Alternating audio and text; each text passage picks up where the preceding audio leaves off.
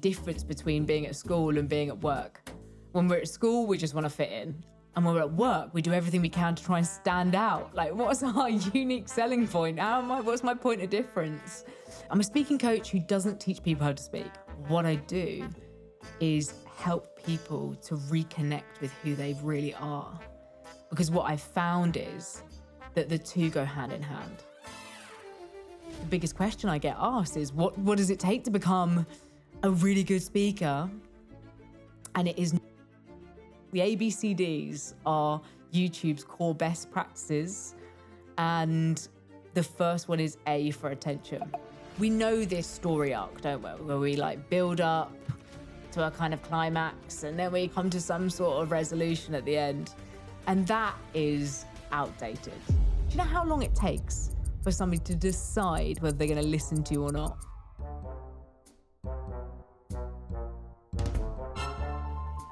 No. Okay, what is your story? What's my story? Wow, how long have you got? 90 minutes. If you take up that much time, I'll be impressed.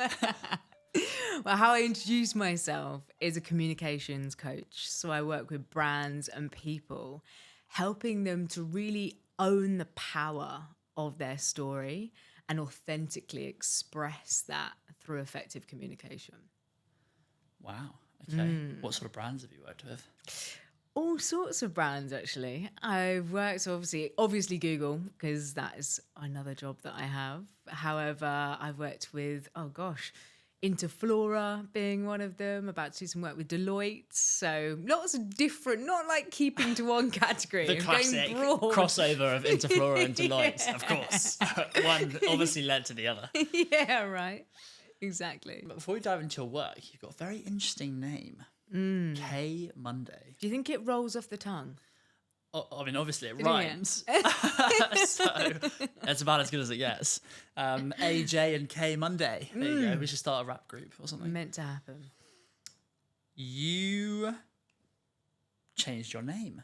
I did. Tell me the story of your name change. I did. It was very confusing for a lot of people. So I had to tell lots of people lots of times. And it's not been the first name change that I've made either. I'm going to be honest. So it's actually my third name. And none of them are actually my real name, which is a fun story in itself. So let me take you back to when I was really little. So since birth, I've been called Katie as a child growing up. So, and my family are still very much stuck in the Katie era. They can't get out of that. They still call me Katie. And then when I went to secondary school, I remember my mum sitting me down saying, like, look, this is your opportunity. If you want to be called something different, you can go to secondary school. You know, it's starting introducing yourself as something else. That's it. I always wanted to be, I always wanted to be older for some reason. I always wanted to be older, taken a bit more seriously. So that was my opportunity. I went to secondary school, started going around the playground, introducing myself as Kate. So that was my second era, was Kate. And then, honestly, what happened last year, I'd heard of this happening before, by the way, people not resonating with their names. And I thought, that's ridiculous. That doesn't happen to adults, surely. And then there's me, once again, eating my words. And that's exactly what happened to me. So my partner kept on calling me my name, Kate. And I was like, oh, can you stop? He was like, what are you talking about? It's your name. And I was like, do you know, it's just making me feel weird. And then that's where I feel like I have done so much growth and transformation, especially over the last couple of years, that just Kate reminds me of, this era where I was leading very much from a place of ego, and I had basically been mirroring and imitating role models of mine who were males, very, alpha males as well. And I felt like that's the kind of type of communication style that I had taken on there for, because that's what I feel like I needed to adopt in order to get ahead in business. And Kate just reminded me of that. And I was like, I don't do that anymore. That's just not me. So that's when Kay came about. So I was like, okay, Kay's out, it's softer, it's more now what I guess pride myself in is this soft power leadership, this togetherness, like bringing people on your journey, telling stories and leading through stories and communication. And that's, if I think about my higher self and what I'm aspiring to be, the best version of me, it's Kay. So that's where Kay came about. Wow. What a journey. I love that. I am also changing my name. Not the name that everyone knows me by, which is AJ, but my first name is currently Edward, which I have always disliked. I very much have never resonated with my first name. And there's always been like slight variations of it. Like my uncle and like friends from a part of childhood call me Ewa. Ewa. Which is Edward without the D's. Oh, okay. Because there was once a famous cricketer called Edward Woodward. And if you took out the D's, it was Ewa Weewa. And so that's where Ewa came from. But that's like a very specific group of people. And my mum used to call me Edward Bear after Winnie the Pooh. Nice. And I loved Bear. And Bear's such a cool name, like Bear Grylls, amazing. And then we got a dog, and she named the dog Bear. And I was gutted. So bitter. And now the dog is about 14 years old and it's about to die, so I'm taking the name back. You're reclaiming the name. Taking it back. I love it. Yes. Well, so we're both changing names, or changing names. And that is, it's funny because like Kay, actually I looked it up because my partner was saying to me, like, you can't call yourself Kay. That's short for Kaylee, not for Kate. And actually my real name, right? So the whole time, my real name that I've actually never been called is Catherine. And actually I looked up Kay, and Kay is apparently short for Catherine, which I never knew. And they both mean pure, which is ironic and interesting really, because purity is actually, if I think about that highest goal that I'm striving for, it really is that purity, like pure. How can I show up in the purest way in different settings and really be that like beacon of light and love for people? And so, yeah, I think Kay's quite fitting. That is beautiful. I love that. Rewinding back to one of the things you said, which is while at school, you sort of wanted to seem older. Interestingly, I feel like Catherine would have been like the most old womanly name that you could have taken as opposed to Kate. But anyway, we'll bypass that. What was it that made you want to seem older? Yeah, if I just honestly didn't feel like I fit in at school. I've been a bit of an old soul, and I had to grow up quickly because of some things that happened when I was younger. And for that reason, I think I've always related to older people. Like all my friendship groups, they tend to be older than me. And I guess also there's a lot of freedom that comes with a certain age, right? Then I wanted that freedom. I didn't want to be told what to do. I was a bit of a rebel, rule breaker, did things a little bit differently. But I guess like that fitting in thing for me is actually quite apparent at school. Like, yeah, I felt a little bit lost, didn't really feel like I fit in. And this is actually something that I talk about quite a lot, is that fitting in, that identity. Because it's funny, isn't it, really? At school, I don't know about you, but I just did everything that I could to try and fit in. And I actually ended up being a bit of a chameleon and changing myself and my personality and things because I felt like that's what people wanted from me. And now we know, don't we, that people pleasers, nobody likes a people pleaser, do they? So I don't know, that is. So it's there's no wonder why actually at school I didn't really have that gravitas with people. I really did struggle with building relationships and friendships because of that reason, because I really didn't know who I was. I was super lost and confused. And actually now this is what I talk about. It's like the difference between being at school and being at work. When we're at school, we just want to fit in. And when we're at work, we do everything we can to try and stand out. Like, what's our unique selling point? What's my point of difference? And so this is it. I think this whole journey is really all about us as individuals, finding out who we are and what value do we really have to share and give back to the world. So when you help people that you coach find their uniqueness, their value, their essence, how do you take them on that journey? Someone comes to you fresh off the boat and they're like, I want to find my voice. What's the step-by-step guide that you take them through? Yeah, so I think first of all, I'm really objective driven. So understanding like for what purpose they want to do that is really important so that we're aiming in that direction. And then first things that first is going through the narrative, of course. It's like Steve Jobs said, right? You got to go back before you got to go forwards, and you got to go and connect the dots. So that's exactly what we do. We spend, and it is hours, that first session is longer than the most. And we go through your story. What is your story? What's happened? What's your perspective on things? And start to really connect those dots. Then I think I do things differently from other speaking coaches. I mean, you stand out. Exactly right. And the reason is because I actually don't teach people to speak. I'm a speaking coach who doesn't teach people how to speak. What I do is help people to reconnect with who they really are. Because what I've found is that the two go hand in hand. So yes, as I've been on my speaking journey, I've also really been on my self-healing journey.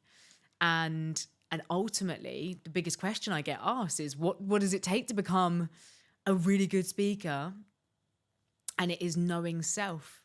It's knowing who you are, so that when you are up there speaking on whatever platform, it doesn't matter what chaos is going on around you, as long as you know who you are and you're staying true to yourself and being authentic, that's what really matters. And then you can start being playful, right? So then if you know who you are, then you can start being really dynamic. And that's what makes a really great speaker on stage. If you're able to be playful, if you don't need slides, or you can jump around with visual aids, you don't need to be like a one-track wonder. You can actually, be creative.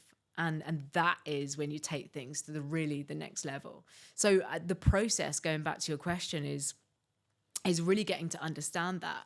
And first, we have to overcome our limitations and what prevents us in becoming that. So the journey that I've been through therapy since I was 11 years old. And I think I've pretty much done it all. And however, the one thing that really helped me in my journey was NLP and hypnosis. So that was actually, it's like, when you've got a cut, and, I feel like I was just putting a plaster over that infected cut. I wasn't really properly healing. And so actually I was like, how do I dig the grit out? How do I go and properly, I want this to properly heal. Don't become a doctor. And this is it. This is how I properly feel like I've healed, is through NLP and hypnosis. So then I became a practitioner myself, because ultimately what I was doing is going through people's narratives, great material that was coming up, but loads of trauma, loads of fear and negative emotions and limiting beliefs and these things that I just didn't know what to do with. So yeah, I was packaging up great stories, but I was not able to help them beyond that. So enabling me to go deeper was actually becoming a practitioner myself. So this is what we do. We heal. Then we start to, like I said, we've got 5 core negative emotions: anger, sadness, fear, hurt, and guilt. So we address those. Of course, fear is the number one that I work with, because people come with that fear of speaking. However, it's never normally the fear of speaking, right? When we get underneath that, it's actually judgment. It's, what will they think of me? What if they play the what if game? What if I don't sound like an expert, or if I don't know, say something silly, or if I trip over on the stage, or if I right? So it's that fear of not actually being loved, being liked by others. And that fear of not being loved is not feeling enough. So this is what we really go and address, is go and actually then, once we've cleared those negative emotions, we look at limiting beliefs. Oh, I'm just not good at this. Well, if you're telling yourself you're not good at something, right, then you're probably not going to be good at it. So we have to reprogram the way that we communicate with ourselves. That's the number one most important form of communication, is the narrative that goes on up here. Wow. Right? Okay. So yeah, this is the part, I'm getting into the journey, but there you go. Obviously, that's the first part of the process. That's the first session. Wow. Someone's just shell-shocked after that session. Okay, so we've got, the more we know ourselves, the stronger we can communicate our truth. That's right. That includes a lot of healing, a lot of discovery, a lot of going back in order to go forward, or looking back to look forward. Exactly. So then if we take myself as a case study, Go on. I've also done therapy, nowhere near as much as you have. So like that baffles me. Like huge respect. I've done, I lost my dad when I was very young. Okay. And my relationship with my dad was always quite distant. He was like very disciplined. He was in the army. He was like stiff upper lip, do as you're told, that sort of thing. And I lost him when I was 9. And so my feeling of not enoughness, I feel, which is not really overbearing. Like I feel confident in communicating my truth, but nonetheless, there are still odd moments where I can see this cloud coming over. That's to do what I think is like not enough. The question I've asked myself before is like, not enough to who, right? And that's, I've sort of viewed it as not enough to him. When someone has had that clarity, or had that realization, identified the problem, or identified that they have this feeling of not enoughness, what's the next step? Even if they don't come to the conclusion of it being not enough, right? But just having that realization that there is something that's limiting you in the first place, that there is something there that you need to step beyond and process and go through to, and actually it's that ownership, that like, actually, you know, yeah, something's there that's stepping in my way. And that's what happened for me, was I recognized there's never one thing as well. Usually there's always a combination of things, because that's it. We're multifaceted humans. There's lots of, you are, a facet of all the experiences, people, everything that's happened to you up until now. So I'm sure that, yes, your father, of course, I'm sorry to hear that, would have definitely had a massive impact on you. There will potentially be other things as well. And I think just recognizing that and saying, look, like what I'm getting in life right now, is that really what I want? Am I getting my desires? Am I really like, truly living in fulfillment? And if not, then what's preventing you? And for me, it was communication. I just saw that everything, whether that was personal or business, not being able to speak up properly and share my ideas in a really constructive way, not being able to hold the intention of a room and have them fully engaged and bought into my ideas and bring them along on my journey, or with my relationships as well, not being able to express how I truly felt, not being able to influence them to do the washing up more, whatever that might be.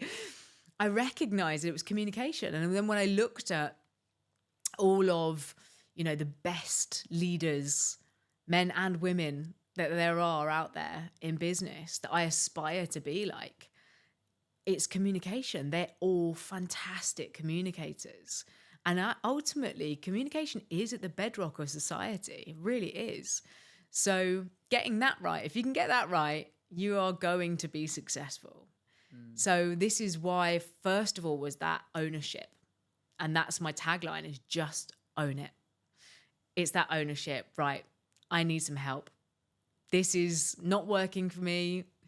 And actually then it's about the taking action and doing something about it.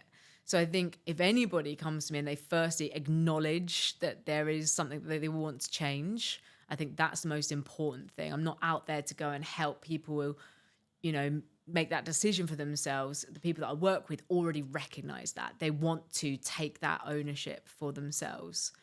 And then we can obviously start to delve into that process. And we don't ever go into the emotion or anything like that. We use techniques where you don't have to do that. What we do though is heal by using our language and observations and things like this. Can you give me an example of a technique? Oh, have you ever heard of timeline therapy? No. Yeah. Tell me. Okay. So timeline therapy, I won't go into it. However, it is moving on our timeline. And the idea is that we go back into the very first instant that happened, that caused the chain effect. So for example, let's take fear. So I'm scared of speaking. Why? We use our unconscious minds to actually take us back to that very first moment where something, it can be perhaps in our imprint years, 0 to 7, maybe something happened, like you were at nursery and, I don't know, the teacher told you to shut up. And that's scary. Oh, I was just trying to speak and express myself. And, and now I feel scared to speak. So you've got that correlation between speaking and fear. And then what happens is you go on in life and something else might happen. That again, you get that correlation between speaking and fear. And this is what we call the gestalt. And then nodular, gestalt, basically things that happen on our timeline. And we start to pick up on these patterns that happen, and we start to then create a belief around this, right? That speaking is scary. And that's what we have to go and do. We have to go and heal and look and observe that very first instance to actually get perspective on it, because you were only, you might have only been 4 or 5 years old. So actually we go and take the learnings from that, the positive learnings, to go and heal that instance. And what that does is helps us let go and release the gestalt, so we can actually, no longer feel like speaking is scary. Does that make sense? Complete sense. Good. Beautiful. I'll have to show you one day. This is all like in a hypnosis state. You getting someone into tapping into their subconscious, and then you're asking them to look back into the past. Is that right? That's where we have to work with the subconscious, because ultimately, like if I was to ask you now, when's the first instance, and you're in your conscious mind, you'd be like, oh, I have no idea. Yeah. So that's what we have to. So ultimately that is, a really relaxed state. And then when we bring in, so we talk about hypnosis, it's not necessarily like, look into my eyes, not like that. Give me your money. Yeah. It's more like hypnotic language to help us relax. That's ultimately what it is, because we can't access our unconscious without us being truly, fully relaxed and in that flow state. Okay, wow. That's amazing. So then that helps people identify these points in the past. They then just own it. What's the other step in the process in order for them to own it? Yes. So once we've done all the clearing, right? So we use NLP and hypnosis to do all the clearing, the healing, to get their vibrations up so that they are now, feeling good about themselves. They don't have all those limitations. So then it gets exciting, right? So then it's like, right, well, what does bear look like? What does that mean for you? And that's where we start to have an exploration into that essence. I talk about it as an essence of you, because ultimately that's what it is. I say, if you were a perfume, what would you smell like? And can we get you to spray that all over your body? Very sweaty. So that when you're walking down the street, people go, have you ever been, oh, what perfume are you wearing? That smells amazing. And you just know that it's just you. That's just me. right? That's where we want to get you to. And so that when you go up on that stage, you are so just authentically, beautifully yourself that people are like, wow, different to me, or so like me, I can resonate. But in each sense, you can really appreciate that speaker for who they are and that they're just being their true, authentic self. And we really can sense it, can't we? Like, you know when someone's having you on or they don't truly believe in what they're saying. Like, they tried to sell you something, but they don't quite believe it. Where actually, if somebody genuinely like, yeah, you know, I love this. And like, we vibrate differently. And that's ultimately it. So not just about how do you express yourself authentically, but what is that authenticity? So we get to know that golden thread, that thing for somebody through their narrative that is uniquely them, that makes them different, that makes them stand out. And ultimately, the process of that is finding out, like, yeah, what's that thing that really fills your cup, that makes your heart sing, that has that fire in your belly when you talk about it. And for me, it just undoubtedly is about communication and speaking and helping raise the voices of others. And when I talk about it, people are like, wow, God, you're so passionate about that. And I am, and this is it. But we've all got that. It's just finding what that is for us. And then once you've found that golden thread, then it's about crafting that story. Exactly. Yeah. Which is a massive part of it, right? So these days, I mean, have you heard a bad story? Yeah. Yeah, right? They're not fun. You're like, Told a bad story, that's for sure. Yeah. You start clock watching, you start, and like hearing bad speakers, hearing bad stories, neither is useful, neither is effective. So we have to look at both aspects. You as a speaker and being able to express yourself authentically, but then what is that story and how do we then package that up as well into a really compelling way that's going to grab the attention of your audience these days? Well, I mean, we live in the attention economy, they call it, don't they? So how do we really win the attention of our audience? And then how do we maintain it as well? Do you know how long it takes for somebody to decide whether they're going to listen to you or not?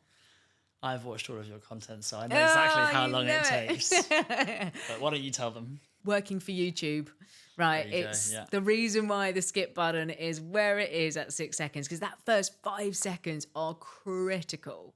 That's how long it takes somebody to decide, am I going to go and write an email or look at my phone or make a cup of tea, or am I going to listen to you and your story? So that's it. How do we grab their attention? How do we sustain that? And then actually influence them to do or think or be different. And this is it, is speaking is powerful.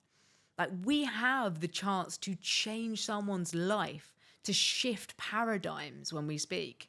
And that's it. It's like, but how do we get them to do that? How do we really get them to come away from listening to us going, oh, do you know what? Actually, I am going to do something a bit different after that. Yeah, and that's it. So packaging a story up and then being able to express it in the right way. They're the two elements. So then, given that we're speaking to founders and there is storytelling for the individual and there's storytelling for the business as well. And so I would love to go deep on how we craft this really compelling, impactful, paradigm-shifting story. Is there a breakdown that you have to help someone craft a better story? Well, I want to challenge you on what you just said, firstly. Oh, please. Yes. Because, is there a difference between crafting a story for a business and crafting a story for a person and the individual? Like, what I talk about is actually, ultimately, they're the same. We were just talking about this before, weren't we? That I've been on my journey of, crafting my own brand, and it's an expression of me. And ultimately, that's what brands are. They are an expression of an individual or a group of individuals that have collectively come together. Perhaps it is a product or a service, yes, and an expression of that. But ultimately, it's those individuals as well. And don't forget that we are all humans. We're all emotive beings. And that's one part of, really important part of crafting your narrative is it's about connection. How do we connect with our audience? And reminding ourselves that, yes, we're individuals and our audience are also individuals. We're all humans. And so it is creating that resonance. How do we then get somebody to go, oh my gosh, yeah, you're just like me. You get me. I feel seen and heard. And ultimately, that is what we're all looking for, is to feel seen and heard. So as what I talk about is how do we land that resonance really early doors? And we can do that in many different ways and techniques, but ultimately telling stories, painting that real life scenario for somebody where somebody goes, oh, yeah, that's happened to me. Oh gosh, yeah. Oh, and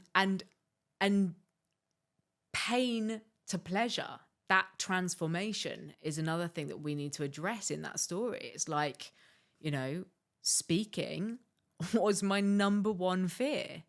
It's why I'm here today. It's because when I was little, I was super dyslexic, really shy and introverted, and brought up in a family where we didn't really communicate very well at all. There's lots of shouting, but not so much communicating. That's just like communication squared, isn't it? That's why I understood. Just on a louder version. Yeah.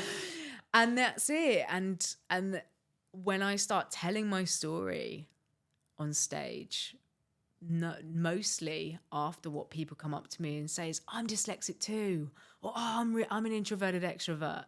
Because that's it. They get that resonance. That's what they connect with, because they feel like, oh, okay, we're the same here. And then I talk about the struggles that I've been through, the fact that, growing up was not easy. We've talked a little bit about this already, forming those relationships. When I went into the working world, putting up my hand. Should I say that? If I say that, am I going to sound stupid? And not putting up my hand, because of that fear that I held on to. And people are like, oh God, yeah, I've done that. Or wanting to win an audience, but not being truly believed, or not getting the sales you want because you're not truly believable or cutting through with your narrative. And it's it. We've all had these experiences. The more that we can demonstrate them and paint them through being vulnerable and telling our own stories, the more resonance we're going to connect with our audience. Yeah, so resonance is really important. Historically, though, we know this story arc, don't we? Where we build up to a kind of climax, and then we kind of come to some sort of resolution at the end, and that is outdated. So at YouTube, we talk about this a lot, about actually get rid of that old story arc and actually now start high impact. So that's it. We want to grab people's attention, don't we? So how do we actually, and this is what I feel like is, again, one of my unique skills. I'm quite a good story architect. I can grab people's bits of stories and go, oh yeah, let's put that first to win their attention. That's going to be great. So how do we start with a bang? And so people are like, oh yeah, what's going on here? And that's what we talk about, is attention. That's the ABCDs are YouTube's core best practices. And the first one is A for attention. So how do we jump into the attention? How do we get people to feel like they're missing out on something? If I don't watch the rest of this, I'm going to miss out. And then we go into our branding, our connection, and our direction. But let's talk about that winning attention. So first, once we've won the attention, I talked about the next best thing is sustaining it, right? And I think a huge part of sustaining it is this intrigue. So once you've got somebody like, oh yeah, what's going on here? Then you want to sustain that, right? And what we do by doing that is these unexpected shifts.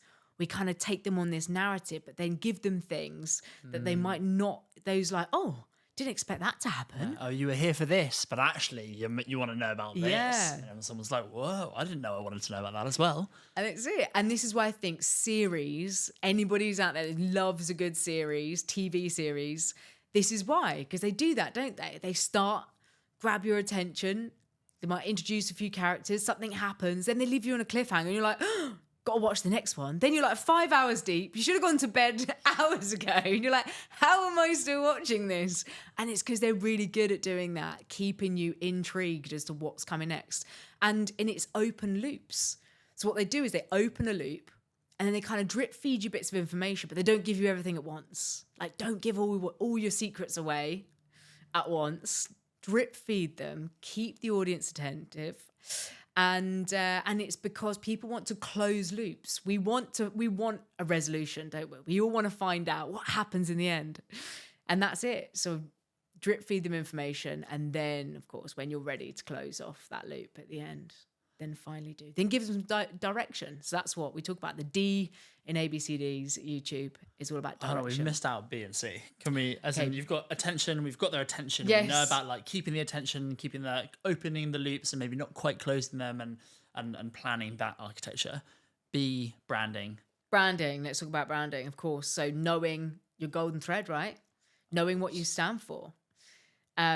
So can you land that as well early doors? And that's your introduction. And ironically, what I've worked out is through all of my coaching, like at the end of somebody working with me in a one-to-one coaching session, what they will fundamentally walk away with is, yes, their narrative.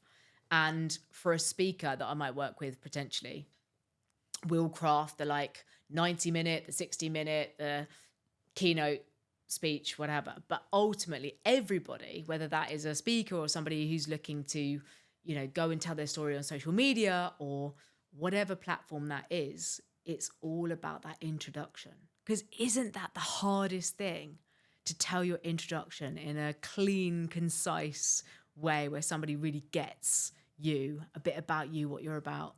And that's branding, right? Can you, in a clean, concise, clear way, express your brand so people just get it? So yeah, show your brand if you know it first, and then talk about it up front. It's a really good way to obviously introduce yourself. But also, can you trickle bits of that brand throughout your narrative as well? So there might be different ways. For me, it's just about speaking authentically and sharing my stories. I'll give stories about myself where people there feel like they know a little bit more about me. They're like, okay, yeah, get her a bit more. Right, okay. And at the end, again, I'll talk about my branding again. So how do you work with me? This is either through one-to-one coaching or workshops.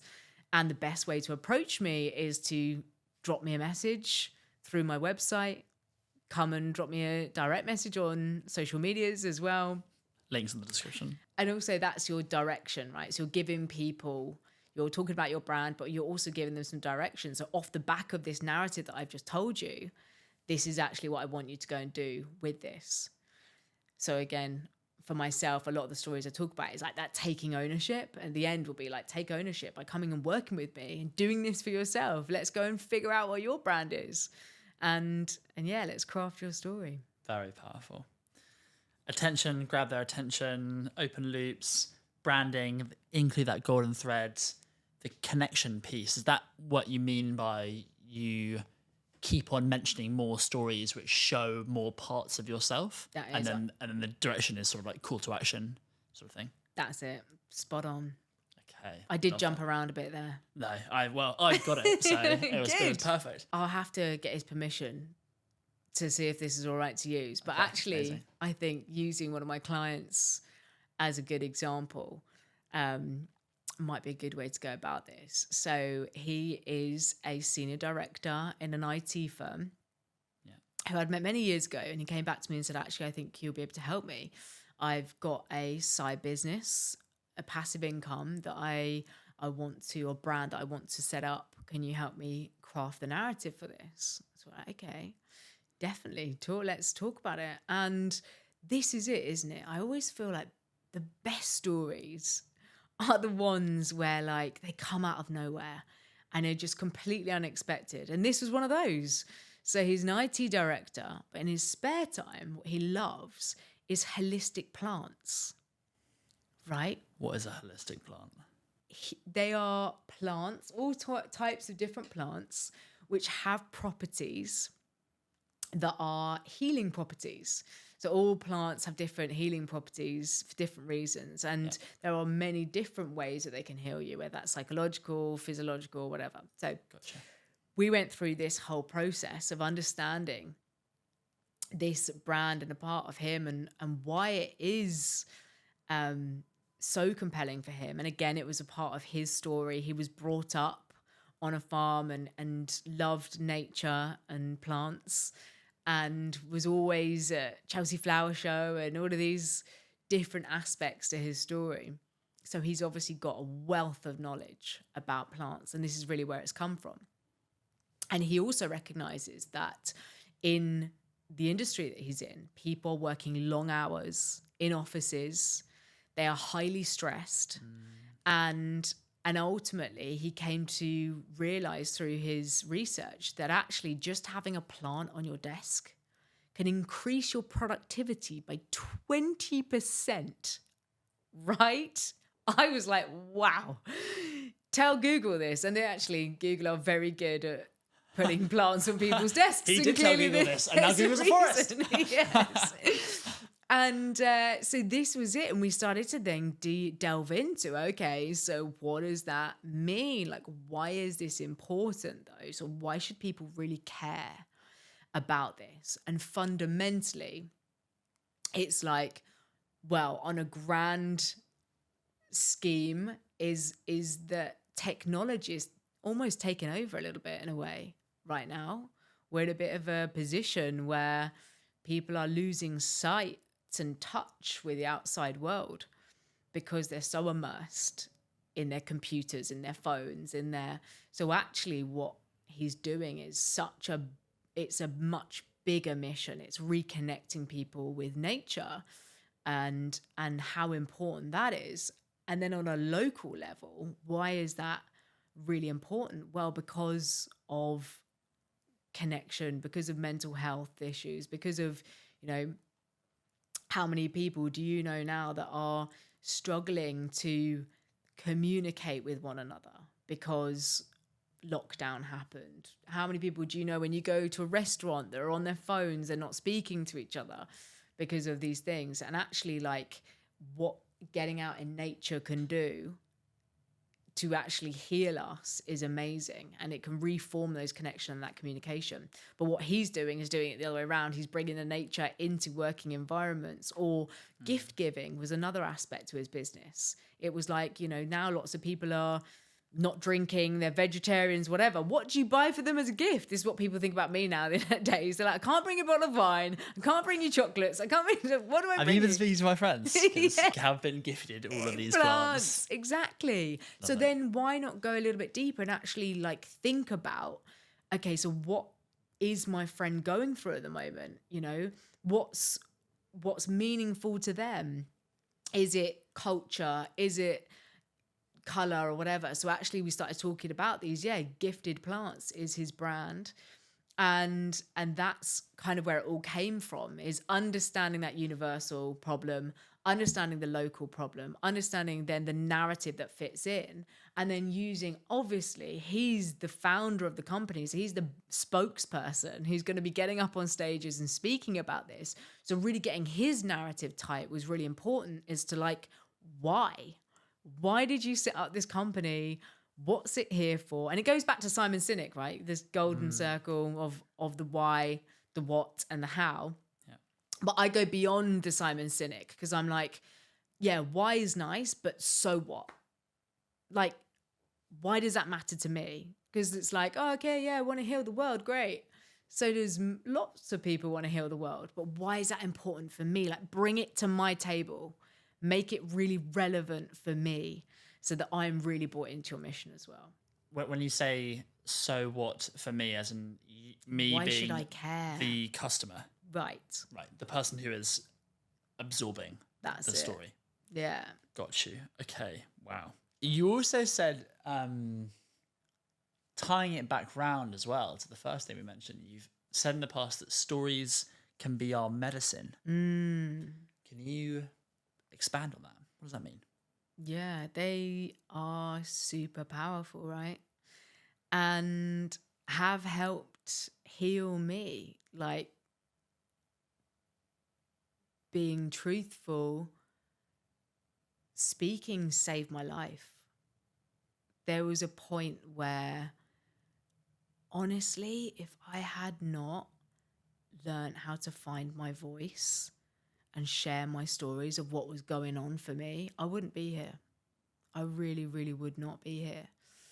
And that's why I'm so grateful that I found my voice, that I was given the opportunities as well to share my story.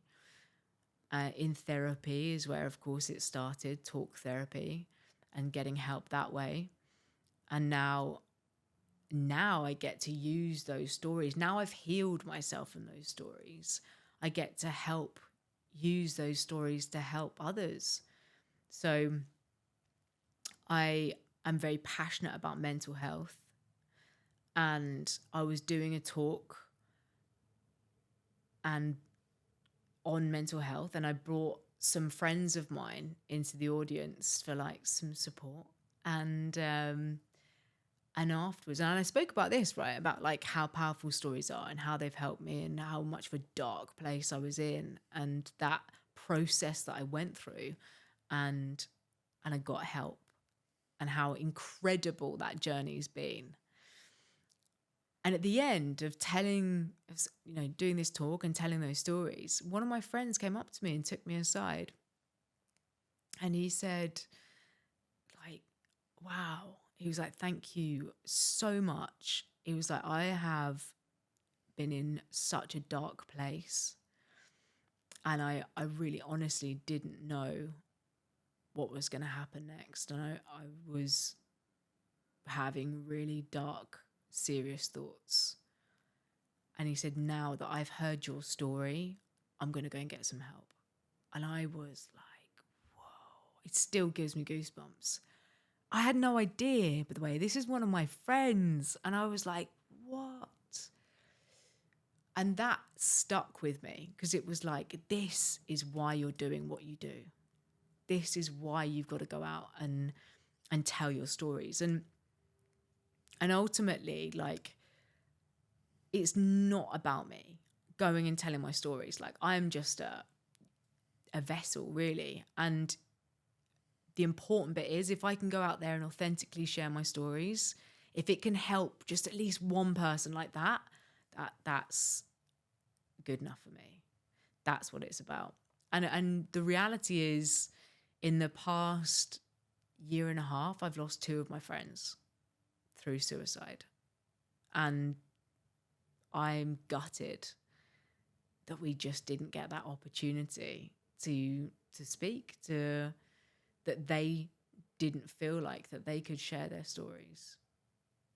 And that's it. This is why I'm on this mission. It's like, let's talk, people. It's, talking is powerful, and you never know. You being vulnerable and sharing your story could literally save someone's life. What an incredible mission. Right.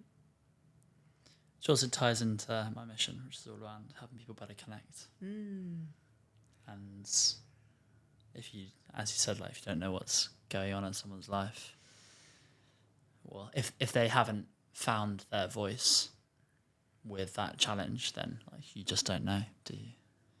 That's it. Wow. So I'd love to go a bit further on your mission. Helping people tell their stories. But I know you've spoken a lot about what that actually means. Can you touch on labels for me? That's it.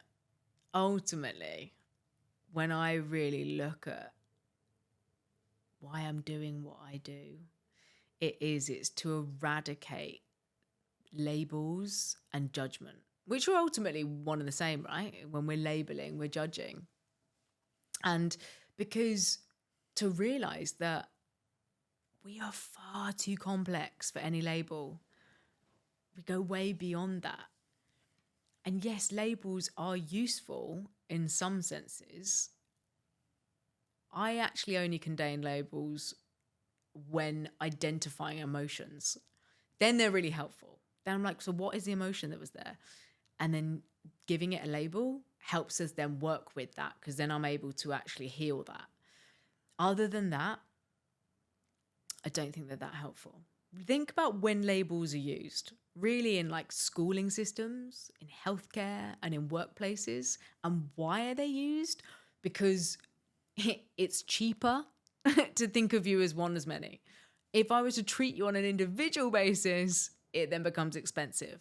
But you are expensive and you deserve to be treated on an individual basis, right? So let's go beyond labels and stop judging. And that's not just each other, that's ourselves as well. I would like to eradicate that judgment, because imagine what that life would look like. Can you imagine how beautiful that would be if we just truly accepted one another and ourselves for who we are right now as we show up? And that expectation, I think this is what we fall into the trap of, is this expectation around ourselves and others. Oh, I should be. Who says you should be doing whatever, right? You're perfect right now. You're in the right place. Where you should be is exactly right. So own it. Own your power in your story. And the expectation of others, this is what I've been working on a lot lately, is dropping that. Because ultimately we do. We start to bucket and label, don't we? And have this idea of what that person should be like. And then when they don't meet our expectations, we're shocked and we feel offended. And it's actually like, well, why can't we just accept people as they show up and just love them for who they are? So ultimately, it's a love story that we've just forgotten. We've just forgotten that we are perfect and amazing as we are. And that's ultimately what I do, is bringing people back to that place to just remember how incredible they are, and to them to love themselves truly, deeply, honestly. And yeah, so moving beyond that, those labels and that expectation and that judgment, and doing that by people sharing their stories, by helping them communicate better to themselves and to others, so that they do feel seen and heard. And the reason why I resonate so much with this is because growing up, I felt judged. I felt like I wasn't enough for my parents, right? For my also teachers, for my school friends, whatever. And judged as well on the stereotypical what I should be in society. So then a big moment for me is when I came out as being gay. I didn't fit that mold. What people wanted me to fit into, what I look like. Oh, you don't look gay. It's like, what does that mean? What does that actually mean? So this is it. I have been through all of the labels as well, as I've been on my journey of trying to fit in. At first was, I'll be bi, because that was kind of a bit more accepting. And then I realized, in the gay community, they do not like, lesbians do not like bi, because it's like, you're either in or you're out. And bi is a bit, you're on the fence. What are you? So I was like, okay. So my friends used to ask me, they say, what do we tell people? So, well, it depends who they are. Like, what if it's a lesbian, tell them I'm a lesbian. If it's a straight guy, tell them I'm bi, because it's more digestible for them. And if it's a gay guy, tell them I'm gay. So, right? And I was, again, being that chameleon for people. But it was also just figuring out what worked for me. And ultimately, I just came to the conclusion that none of them really do. Like, I really just don't like labels. And I just want to be me. Is that okay? Like, can I just be me? And, if I want to date a guy, I mean, I haven't recently, but if I wanted to, is that okay?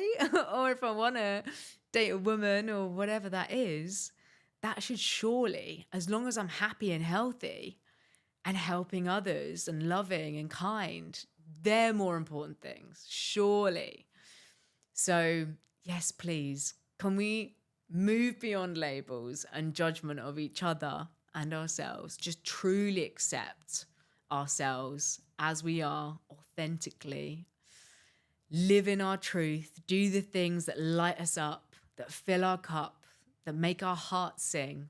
Because imagine what that life would be like if everybody was doing the thing that they were meant to be doing, their purpose, and really living in their power and their truth. Oh, we'd be living in a completely different world.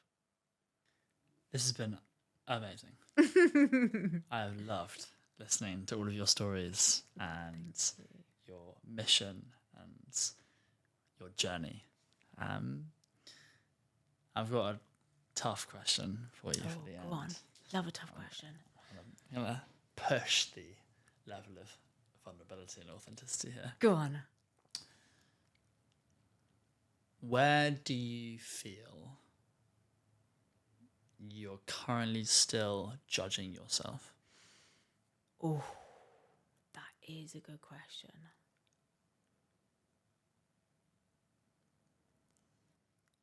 I'm still on my journey massively.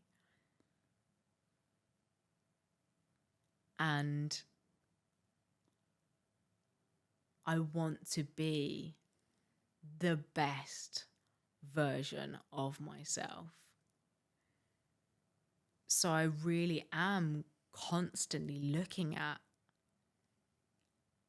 am I truly being truthful here? Like, let's really cut through the BS. Like, am I really, no ego, leave your ego out the door. Am I really, truly being as authentic as I can be? And sometimes there are things, situations, things happen. And sometimes I walk out of situations and go,